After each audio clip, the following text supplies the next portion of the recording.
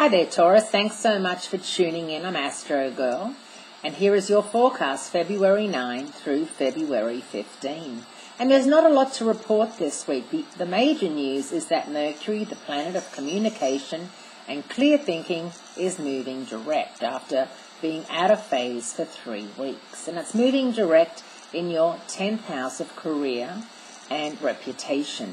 So for the next couple of weeks, it really is a time for you to catch up.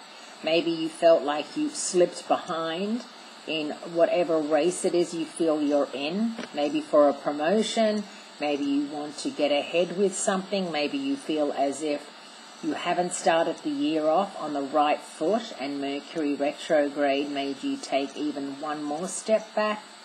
So now it's time for you to take those 3 steps forward and basically get up to par. Mercury was out of phase in your 10th house of career and reputation, and this often means that misunderstandings and silly mistakes were made at work. And while you may not be able to fix them completely, you can sure make up for it as much as possible. Since nothing else is really pressing on the celestial agenda for the rest of the week, let's take a minute to talk about the lunar nodes. Although lunar nodes are not planets, but imaginary points where the moon's orbit crosses the apparent path of the sun, they play a very important part in the yearly forecast because they are eclipse makers. And did you ever wonder why every new or full moon isn't an eclipse? The answer is that to be an eclipse, the sun-moon pair has to be within 19 minutes of a lunar node. So this year, the lunar nodes are in Libra and Virgo, so the eclipses in 2015 will be in either Libra, Aries, or Virgo, Pisces, all of which have a significant effect on you.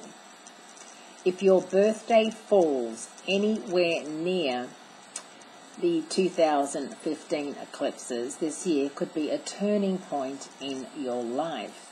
And it's very important to remember that even if your birthday doesn't fall anywhere near the eclipses, there's some very interesting eclipses coming up this year. And eclipses really show us the way, Taurians. They help us see things very clearly, almost like someone sent you an email and said, this is what's going to happen, this is what you need to do, this is who you need to break free from, and this is what you need to stand up and, fight for.